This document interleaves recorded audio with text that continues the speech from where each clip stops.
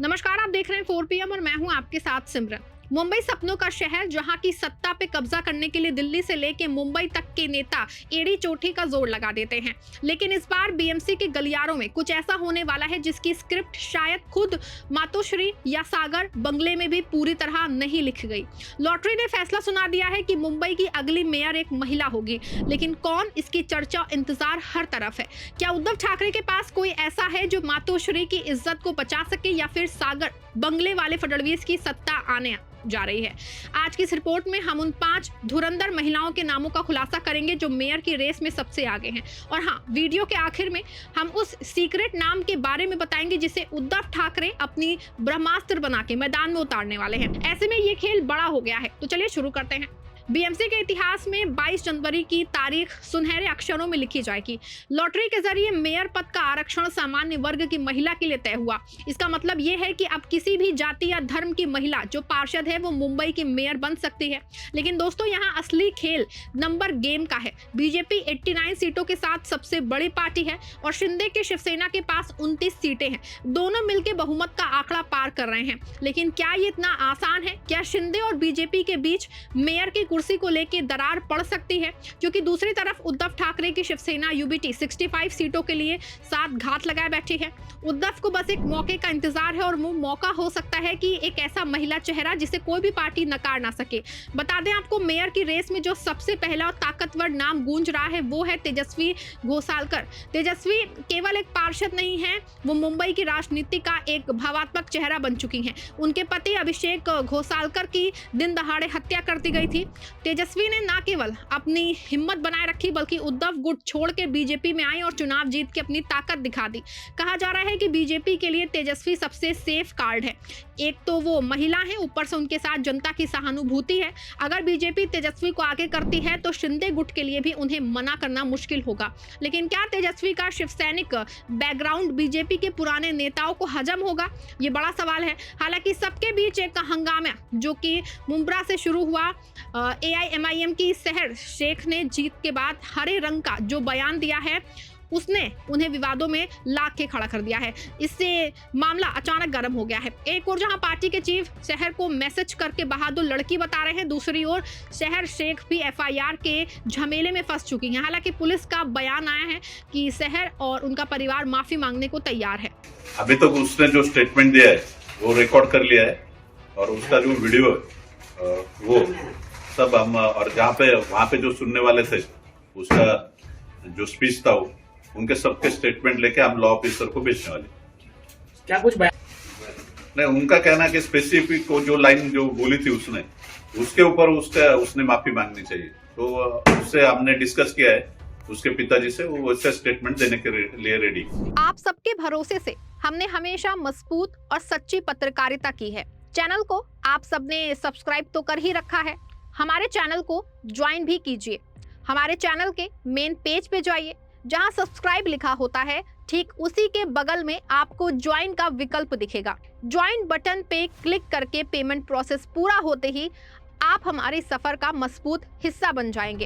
हालांकि इसके बाद बीएमसी में मुस्लिम मेयर के चांस बहुत ही कम होते दिख रहे हैं। वैसे आपको बता दूं कि इस बार मुंबई में अलग अलग पार्टियों के तकरीबन 14 मुस्लिम पार्षद जीते हैं, लेकिन मेयर के पद पे उनकी दावेदारी शायद ही दिखाई दे, क्योंकि बीजेपी ने पहले ही ऐलान कर दिया है कि उनको मराठी और हिंदू पार्षद मेयर चाहिए। इसी रास्ते पे एकनाथ शिंदे भी हैं, लेकिन असली सस्पेंस उद्धव गुट की ओर से बना है।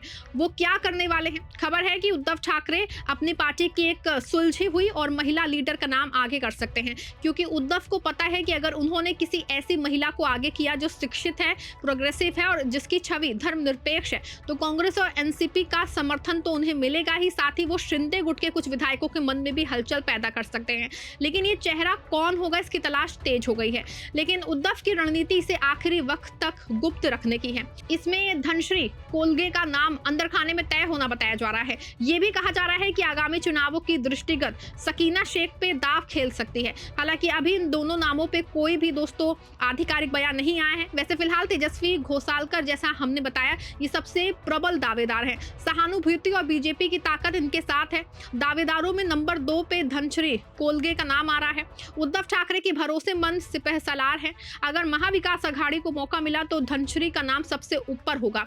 तीसरे नंबर पे शीतल महात्रे का नाम जो है वो सामने है। अगर शिंदे गुट को मौका मिला तो उनकी किस्मत चमक सकती है। इसके अलावा बीजेपी अलका केरकर, रितु तावड़े, राजश्री श्रीवाचकर और आशा मराठे के नाम पे भी मंथन कर रहा है। बता दें आपको, पिछले दिनों एआईएमआईएम नेता वारिस पठान ने सार्वजनिक रूप से मांग की है कि मुंबई में एक बुर्का पहनने वाली मुस्लिम महिला मेयर क्यों नहीं बन सकती। पार्टी के भीतर से सईदा फलक, जिन्हें लेडी ओवैसी कहा जाता है, एक चर्चित चेहरा बनी हुई हैं। इसके अलावा सकीना अयूब शेख, महजबीन अतीक अहमद, खैरुन्निसा हुसैन, इरम सिद्दीकी, नसीमा जावेद जुनेजा व रुखसाना पारेख जैसी मुस्लिम लेडी की चर्चा है। लेकिन सत्ता के समीकरण भाजपा और गठबंधन का बहुमत को देखते हुए मेयर पद के लिए फिलहाल किसी मुस्लिम के नाम के आगे की उम्मीद ना के बराबर है। इसी बीच अगर सागर बंगले पे देवेंद्र फडणवीस की हलचल बढ़ गई है। फडणवीस जानते हैं कि बीएमसी की कुर्सी पे अगर बीजेपी का कब्जा नहीं हुआ तो आगामी विधानसभा चुनावों में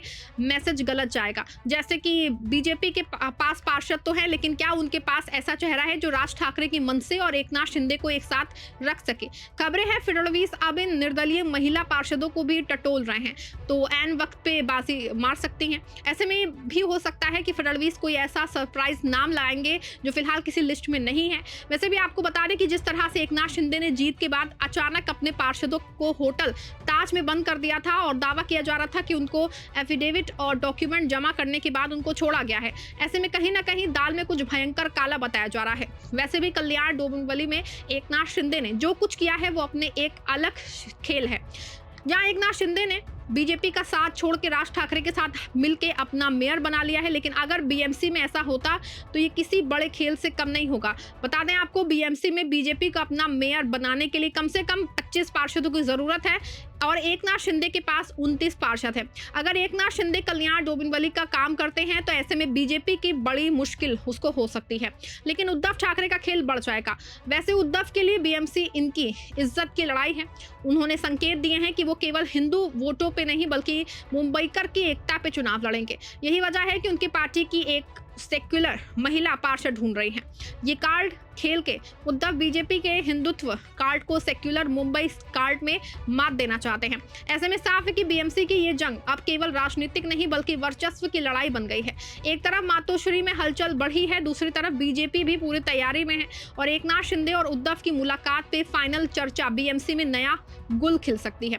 क्या तेजस्वी घोसालकर बाजी मारेंगी? क्या उद्धव का सेक्युलर कार्ड सबको चौंका देगा या फिर फडणवीस का कोई गुप्त प्लान बी कामयाब होगा? आपको क्या लगता है, कौन होनी चाहिए मुंबई के असली मेयर? क्या शहर शेख का विरोध सही है या उनकी चमक अभी बाकी है? अपनी राय कमेंट बॉक्स में जरूर बताइएगा। वीडियो पसंद आए वीडियो को लाइक शेयर करिएगा, चैनल को सब्सक्राइब करिएगा।